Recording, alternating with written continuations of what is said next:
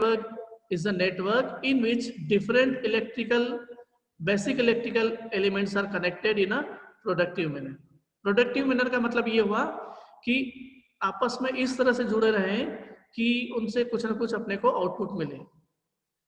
ठीक है, तो हम अभी यही बात कर रहे हैं कि नेटवर्क क्या होता है। तो नेटवर्क मतलब एक दूसरे से कनेक्ट होना एक प्रोडक्टिव मैनर में।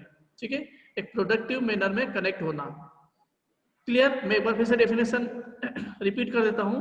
What is electrical network? Electrical network is a network in which different electrical elements are connected in a productive manner.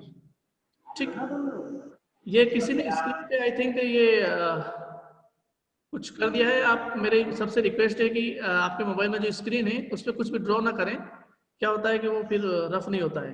ठीक है, तो मैंने अभी आप लोगों को बताया कि इलेक्ट्रिकल नेटवर्क क्या होता है। ठीक है, अभी हम बात करेंगे कि नेटवर्क एनालिसिस का मतलब क्या है। दो चीजें होती हैं, एक तो होता है नेटवर्क एनालिसिस,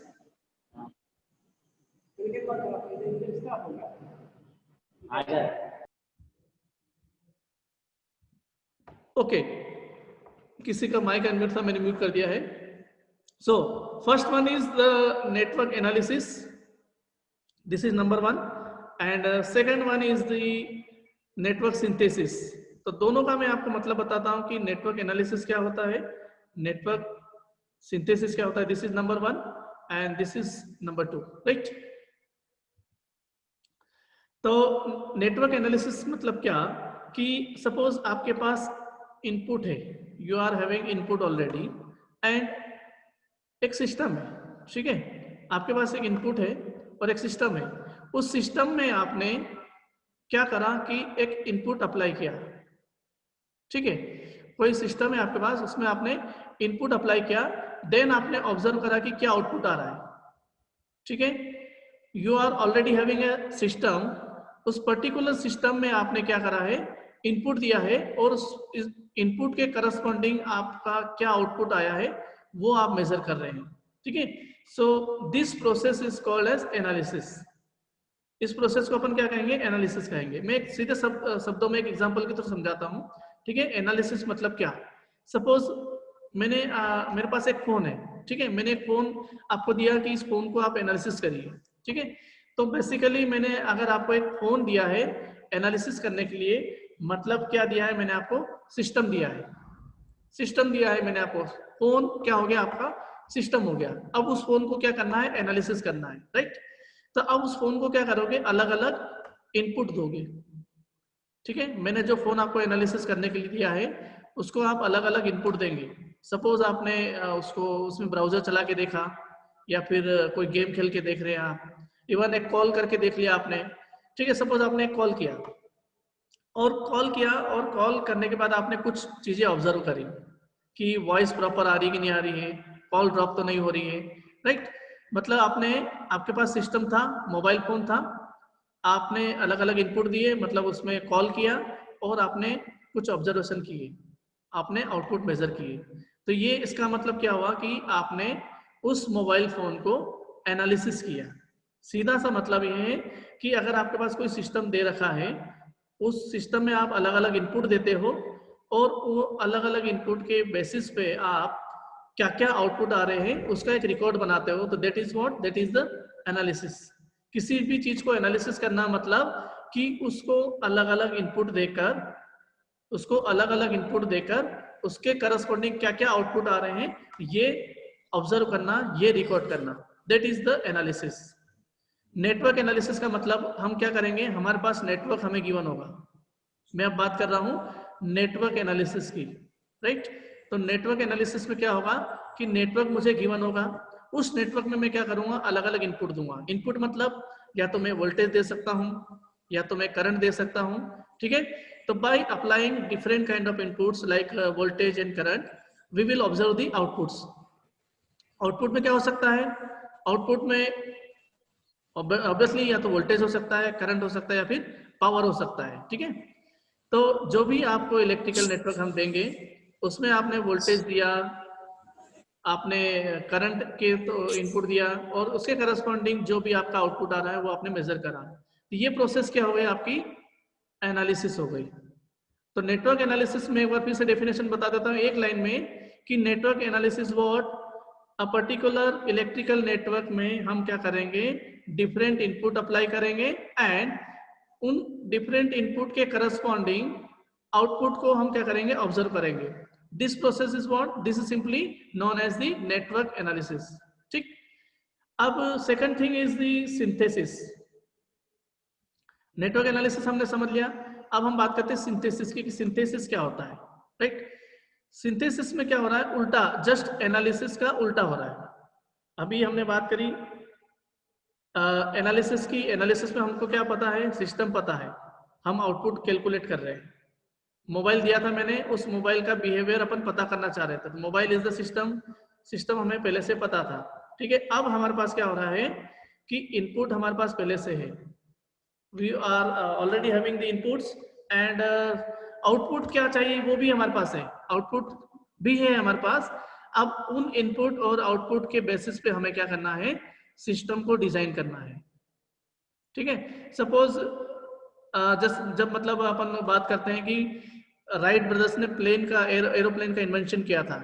ठीक है, तो उनका ऑब्जेक्टिव क्या था कि जो व्यक्ति है, जो आदमी है, कोई भी इंसान है, वो हवा में उड़ सके। ठीक, तो उनका ऑब्जेक्टिव क्या था कि किसी भी इंसान को हवा में उड़ाना, ये उनका ऑब्जेक्टिव हो गया। और उसके लिए पहले तो किसी इंसान की जरूरत थी, मतलब खुद ही थे, तो किसी इंसान को हवा में उड़ने के काबिल बनाना, तो इंसान आपका इनपुट हो गया, उसको उड़ने के लिए काबिल बनाना ये ऑब्जेक्टिव हो गया। और इस पर्पस के लिए उन्होंने एरोप्लेन डिजाइन किया, तो एरोप्लेन क्या हो गया, आपका सिस्टम हो गया। ठीक है, तो इन्होंने क्या किया, डिजाइन किया। सपोज जब मोबाइल नहीं था, टेलीफोन नहीं था, तो सीधी सी बात है, ऑब्जेक्टिव क्या था कि एक व्यक्ति दूसरे व्यक्ति से बात कर सके। ठीक है, ऑब्जेक्टिव क्या था कि एक व्यक्ति को दूसरे व्यक्ति से अगर अलग अलग दूरी पे है तो बात कर सके। तो व्यक्ति मतलब available sources, that is the input. Objective क्या हो गया, कम्युनिकेशन स्टेब्लिश करना, एंड इसके करस्पॉन्डिंग हमने मोबाइल बनाया, टेलीफोन बनाया, तो दिस इज द सिस्टम। तो अगर आपको पता है कि मेरे पास क्या क्या इनपुट है, राइट। भैया प्लीज कौन है ये जो स्क्रीन पे, मुझे वापस से इसको स्टॉप करके शेयर करना पड़ेगा, जो भी कर रहा है ना करें। ओके, तो हम बात कर रहे हैं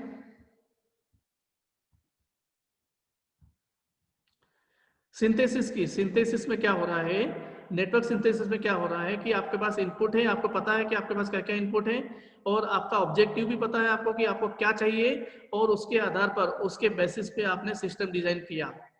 ठीक है, सपोज मुझे एक टाइम मशीन बनाना है, right, I want to design a time machine, right, कि एक कोई पर्टिकुलर पर्सन एक टाइम से दूसरे टाइम में ट्रेवल कर सके। तो person is the available source, person is the input. Person क्या है, इनपुट है। और ऑब्जेक्टिव क्या है, objective time travelling, objective is the time travelling. और इसके करस्पॉन्डिंग अगर आप टाइम मशीन बना देते हैं तो टाइम मशीन क्या हो जाएगा, सिस्टम हो जाएगा। सो this process is called what, design, design of a particular system. अगर आपके पास सिस्टम पहले से है, इनपुट देकर आप आउटपुट पता कर रहे हैं, तो वो क्या हो गया, एनालिसिस हो गया। Very simple. और अगर आपके पास इनपुट है और ऑब्जेक्टिव है आपका क्लियर, और उसके करस्पॉन्डिंग आप कुछ बना रहे हैं, तो वो क्या हो गया, सिंथेसिस हो गया या फिर डिजाइन हो गया। कि सिंथेसिस कहें या फिर डिजाइन कहें, दोनों का मतलब एक ही होता है। यहां तक मेरे ख्याल से क्लियर है। अगर किसी को कोई भी दिक्कत हो तो मुझे बताएं, अपन कोई भी डाउट होगा, कोई भी इश्यू होगा तो अपन डिस्कस करेंगे। अभी मैंने बात करी है कि नेटवर्क क्या होता है, नंबर 1। नंबर 2 मैंने आपको बताया कि नेटवर्क एनालिसिस क्या होता है एंड नेटवर्क सिंथेसिस क्या होता है। ठीक, any confusion so for, any doubt? Sir synthesis synthesis समझ में नहीं आया। बताना सर, एक और सिंथेसिस बार। मतलब देखो सीधी सी बात है, अगर आपको यस चाय, सर के। हर्षित, आपको चाय यस बनाना सर। है, चाय पीने की इच्छा है, आपके घर में सारी यस सर। चीजें, दूध है, चाय है, शक्कर है, तो दीज आर द इनपुट्स, है ना। दूध, चाय, शक्कर, पानी, इवन स्टोव, है ना, तो गैस स्टोव, ये आपका हो गया इनपुट्स। आपका ऑब्जेक्टिव क्या है, चाय बनाना। तो उस यस सर। ऑब्जेक्टिव को लेकर आपके घर में जो इनपुट अवेलेबल है उनका इस्तेमाल करके आपने क्या किया, चाय बनाई। तो ये जो चाय चाय बनी बनाए। वो क्या हो गया, सिस्टम हो गया। मतलब आपकी System. जरूरत के हिसाब से आपके पास अवेलेबल सोर्सेस का यूज करके आपने अपनी जरूरत की चीज बनाना क्या हो गया, डिजाइन हो गया, सिंथेसिस हो गया। क्लियर है? ठीक है। अगर Yes sir. आप, तो हाँ बिल्कुल, अगर आपको कुछ जरूरत है, सपोज एक मोबाइल फोन की जरूरत है, आपको किसी एक व्यक्ति से दूसरे व्यक्ति से बात करना है ना, और अगर आप चिट्ठी भी भेज रहे हो, चिट्ठी भी लिख के भेज रहे हो, तो पहले तो आपको क्या करना था, बात करना था, तो वो आपका हो गया output, that is the objective, है ना, और आप खुद हो, आपको करना है, दैट इज द इनपुट, और आपने चिट्ठी लिखी, दैट इज द सिस्टम। अपनी रिक्वायरमेंट के हिसाब से अवेलेबल सोर्सेज का यूज करके कुछ चीज बनाना, वो क्या कहलाएगा, आपका सिंथेसिस कहलाएगा। synthesis. एंड अगर आपके पास पहले से कोई ऑलरेडी चीज है और उसमें अलग अलग इनपुट दे रहे हो और आउटपुट पता कर रहे हो, तो वो क्या कहलाएगा, एनालिसिस कहलाएगा। कोई नई चीज आई Analysis. आपके पास, सपोज कोई कार आ गई, एक Yes ऐसी sir. कार जो मतलब कभी आपने नहीं देखी और वो आ गई, उसको आप देख रहे हो, ठीक है, कि स्टीयरिंग कैसा है इसका, व्हील कैसे हैं, इसका डिजाइन कैसा है, इसकी स्पीड कैसी, पिकअप कैसा है। तो ये अगर आप चीजें ऑब्जर्व कर रहे हो, तो ये क्या कर रहे हो, आप एनालिसिस कर रहे हो, है ना। लेकिन Yes sir. आपके पास कार नहीं है और आपको आपको पता है कि मुझे एक 400 किलोमीटर प्रति घंटा चलने वाली एक कार डिजाइन करना है ना, तो आपको पता है आपको क्या चाहिए, आउटपुट क्या चाहिए, और आप उसको लेकर काम कर रहे हो, तो देट इज आप क्या कर रहे हो, डिजाइन कर रहे हो, आप क्या कर रहे हो, सिंथेसिस कर रहे हो। Yes analysis sir. का जस्ट उल्टा है सिंथेसिस, और सिंथेसिस का Synthesis. जस्ट उल्टा है analysis. Clear to Analysis. You? Yes sir. आ गया समझ. हाँ बिल्कुल। तो अभी मैं आगे बढ़ रहा हूँ, किसी को कोई डाउट हो तो बीच में आप पूछ सकते हैं, नो इश्यू। अभी क्या अपन ने जैसे शुरुआत में ही बात करी थी इलेक्ट्रिकल नेटवर्क की। What is the network? Network मतलब मैंने जो इलेक्ट्रिकल नेटवर्क की डेफिनेशन आपको बताई थी, इलेक्ट्रिकल नेटवर्क की डेफिनेशन क्या बताई थी कि electrical network is a combination of different electrical elements, right. तो अभी मुझे जब इलेक्ट्रिकल नेटवर्क की बात करना है, हम पूरे सब्जेक्ट में, इस पूरे सब्जेक्ट में क्या करेंगे, नेटवर्क एनालिसिस की बात करेंगे। ठीक है, हम क्या बात करेंगे, नेटवर्क एनालिसिस, मतलब कि हमारे पास नेटवर्क पहले से गिवन होगा, उस इलेक्ट्रिकल नेटवर्क में हम इनपुट देंगे, इनपुट मतलब करंट देंगे, वोल्टेज देंगे या फिर पावर देंगे, और आउटपुट मेजर करेंगे। उस पर्टिकुलर इलेक्ट्रिकल नेटवर्क में अलग अलग इनपुट देकर आउटपुट मेजर करके हम क्या करेंगे, उसको एनालिसिस करेंगे। तो नेटवर्क जो बनता है आपका बेसिक इलेक्ट्रिकल एलिमेंट से बनता है। तो सबसे पहले हमें बात करना होगी कि बेसिक इलेक्ट्रिकल एलिमेंट्स क्या क्या होते हैं। So we are just starting the first core topic of this subject. मतलब मैं ये जो टॉपिक में बताने जा रहा हूँ, basic elements of electrical network, ये इंपॉर्टेंट टॉपिक है, एग्जाम में पूछा जाता है, कई बार एग्जाम में पूछा गया है कि what are the basic elements of the electrical network. तो हमें पता होना चाहिए कि जो इलेक्ट्रिकल एलिमेंट क्या क्या है, मतलब जो इलेक्ट्रिकल अपन नेटवर्क होता है जिसमें डिफरेंट अलग अलग बेसिक एलिमेंट्स लगते हैं, तो वो क्या क्या एलिमेंट्स हो सकते हैं। तो नंबर 1 तो हो सकता है रजिस्टर। रजिस्टर आपको स्क्रीन पे देख रहा होगा, किस तरह के फोटो मैंने भी लगाए यहाँ पे कि किस तरह का रजिस्टर दिखता है ना। तो एक तो रजिस्टर हो सकता है, दूसरा क्या हो सकता, मैं इन आगे की स्लाइड में इनको एक्सप्लेन भी करूंगा कि what is the register, what is the inductor. अभी मैं जस्ट नाम की बात कर रहा हूँ कि so what are the basic elements, what are the basic elements of the electrical network, and this is the very very first topic of this subject, right. So first Yes sir. element is the resistor, second one is the inductor, another one can be capacitor. So these are the three basic element of the electrical network. कोई भी electrical network आप उठा लीजिए, उसमें या तो register होगा, inductor होगा या फिर कैपेसिटर होगा। हर इलेक्ट्रिकल नेटवर्क में इन तीनों में से कोई सा आपको मिलेगा, ठीक है। लेकिन ये काफी नहीं है, ये जरूरी है, लेकिन this is can be said necessary, but काफी नहीं। जैसे अगर कोई इलेक्ट्रिकल नेटवर्क है, उसमें आपने रजिस्टर लगा दिया, इंडक्टर लगा दिया, कैपेसिटर लगा दिया, इन तीनों मात्र से आपका सर्किट काम नहीं करेगा, आपको सोर्स भी लगाना होगा, ठीक है। बैटरी का जैसे आपके पास वायर है ना, वायर को आपने कनेक्ट कर दिया, लेकिन जब तक बैटरी नहीं देंगे तब तक वो सर्किट आपको आउटपुट नहीं देगा। So battery can be another element of the electrical network, and one of the most important is the switch, ठीक है। स्विच से हम क्या करते हैं, स्विच से नेटवर्क को कंट्रोल करते हैं. By with the help of switch we can switch on और switch off the particular electrical network. ठीक है. तो जो अपना इलेक्ट्रिकल नेटवर्क होगा उसमें रजिस्टर हो सकता है, इंडक्टर हो सकता है, कैपेसिटर हो सकता है, सोर्स हो सकता है. सोर्स मतलब वोल्टेज सोर्स भी हो सकता है, it can be current source and switches. So these are the 5, मतलब 5 ना कह के मैं तो मोटा मोटा अगर अपन बात करें तो broadly we can say this is number 1. Broadly, we can say resistor, inductor, and capacitor. These are the basic elements of the electrical network, right? ये very most important और essential elements हैं, resistor, inductor और capacitor.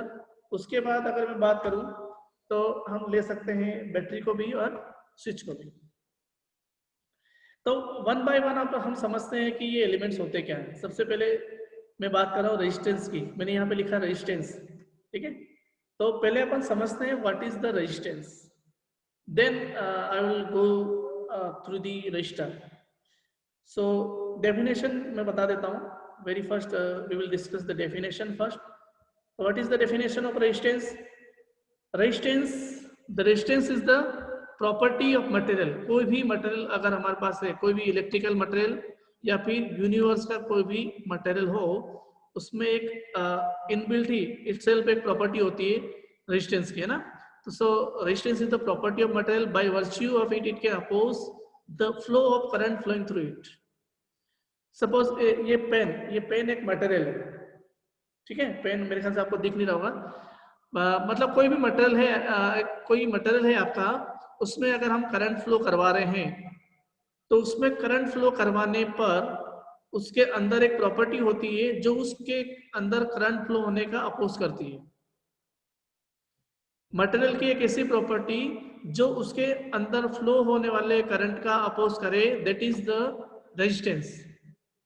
Resistance is basically the property of material by virtue of which it can opposes the flow of current which is flowing through it. किसी भी material में अगर current flow हो रहा है और उस मटेरियल में करंट के फ्लो होने की अपोज करने की जो प्रॉपर्टी होती है वो रेजिस्टेंस कहलाती है. और ऐसा कोई मटेरियल जिसमें रेजिस्टेंस ज्यादा हो, है ना, या फिर ऐसा कोई मटेरियल जिसमें रेजिस्टेंस एक क्या कह सकते हैं कि साउंड अमाउंट में रेजिस्टेंस है, किसी भी ज्यादा मात्रा में रेजिस्टेंस है, तो वो क्या कहलाएगा? आपका रजिस्टर कहलाएगा. मतलब सिंपल है कि जो रजिस्टर है आपका,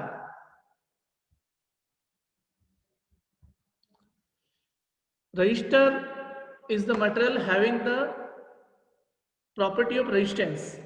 रजिस्टर वह मटेरियल होता है जिसमें रेजिस्टेंस की प्रॉपर्टी है. Simple. And what is the resistance?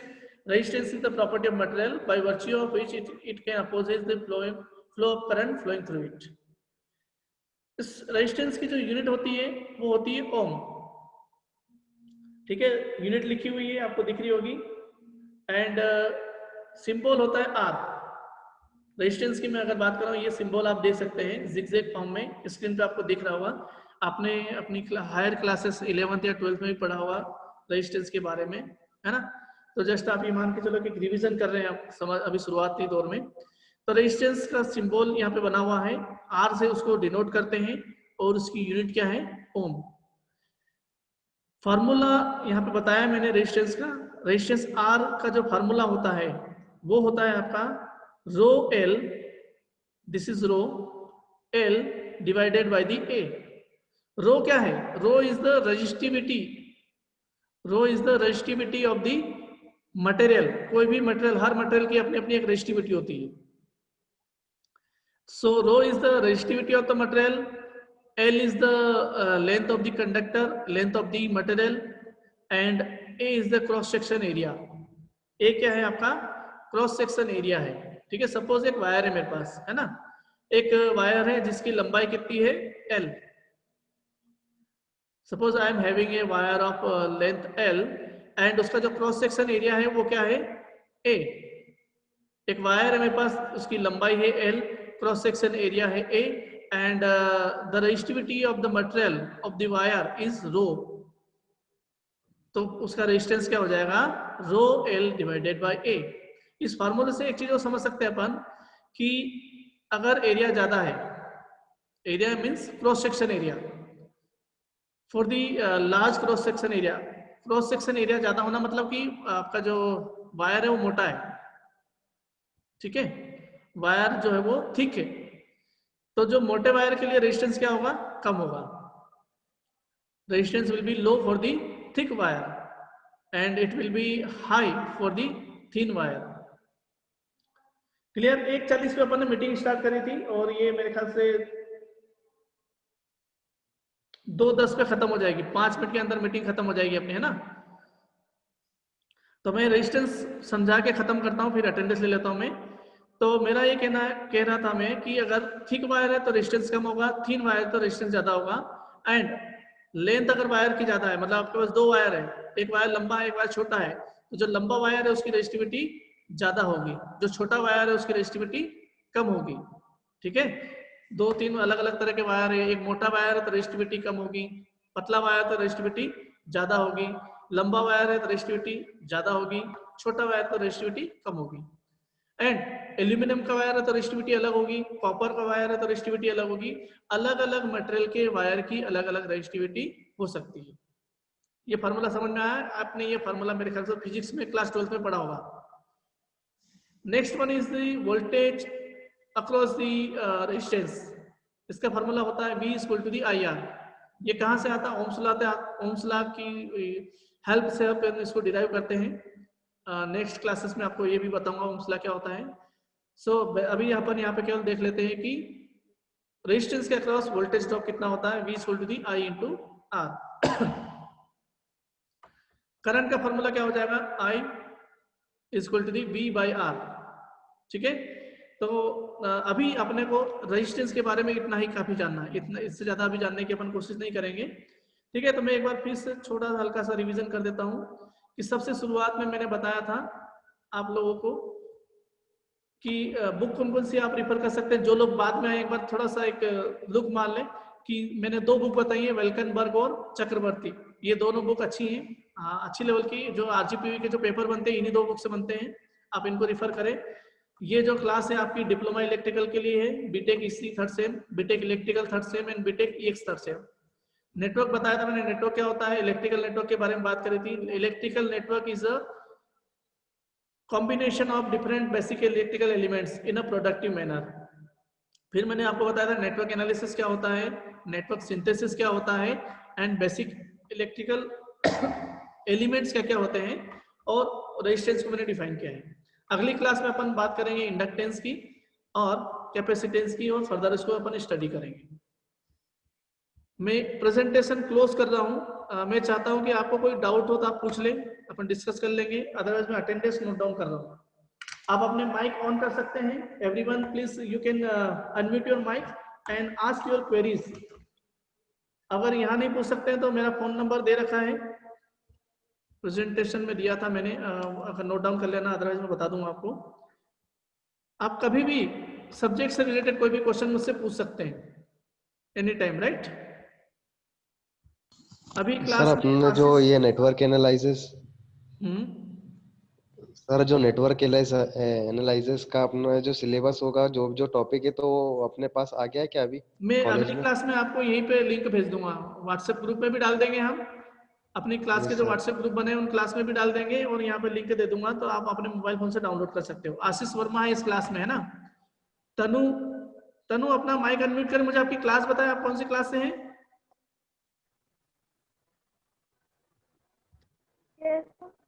तनु आप कौन सी क्लास है आपकी, डिप्लोमा है कि क्या है?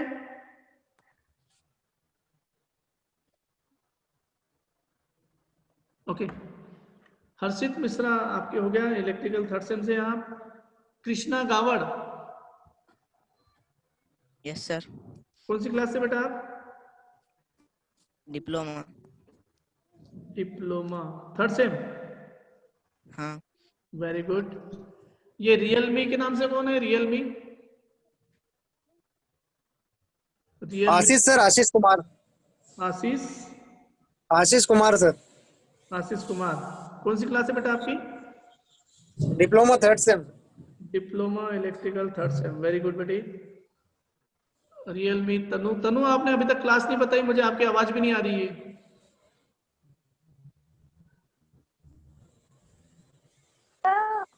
हाँ आपका नाम बताओ।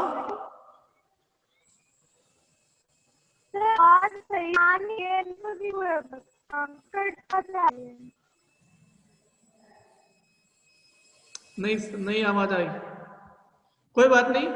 आप मुझे चैट बॉक्स में या फिर मेरा नंबर है, आप वहाँ पे मुझे अपना नाम और क्लास के बारे में बता देना कि सर हमने क्लास अटेंड करी थी, आप हमारी प्रेजेंट लगा दो, ठीक है। वापस से मैंने प्रेजेंटेशन चालू करा है, आप देख सकते हैं स्क्रीन पे। ये नंबर है मेरा, नोट डाउन कर लीजिए प्लीज। और आप आज की अटेंडेंस लगवा देना अगर कोई बच गया हो तो। 7 लोग थे मेरे ख्याल से क्लास में, 7 स्टूडेंट्स, 2 की मैं अटेंडेंस नहीं ले पाया हूँ, ठीक है। तो आप मुझे फोन लगा लेना और अपनी अटेंडेंस लगवा दीजिएगा। कोई डाउट हो तो पूछ लीजिए, अदरवाइज मैं क्लास एंड कर रहा हूँ। Anyone having any query, please let me know. Otherwise, I'll conclude this class. Hello हाँ जी, सर, मैं बोल रहा हूँ सिलेबस वगैरह मिल जाएगा? बिल्कुल मिल जाएगा। सिलेबस में अभी कल भी अपनी क्लास रहेगी, कल मैं लेके आऊंगा, है ना। 1 मिनट में ठीक आपको है। बता देता हूँ, अगर आपको देखना ही है सिलेबस।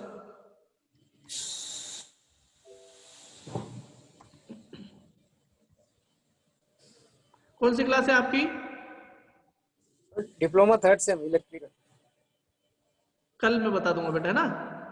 ठीक है सर। कल मैं आपको दे दूंगा, अभी मेरे पास है नहीं, ठीक है। आप तो पढ़ो जो मैं पढ़ा रहा हूँ सिलेबस में, डोंट वरी। सिलेबस के बाहर की चीज नहीं पढ़ाऊंगा मैं। नहीं सर, मैं ऐसे जनरली पूछ रहा हूँ। हाँ नहीं नहीं, वेरी गुड। रोज क्लास अपने को अटेंड करना है बेटा, ठीक है। Thank you so much. कल भी 10:30 बजे क्लास रहेगी कल, है ना। आज अपन ने कुछ टेक्निकल प्रॉब्लम की वजह से इसको रीशेड्यूल कर दिया था, but tomorrow we will meet at 10:30 sharp. Thank you everyone. Thank you sir.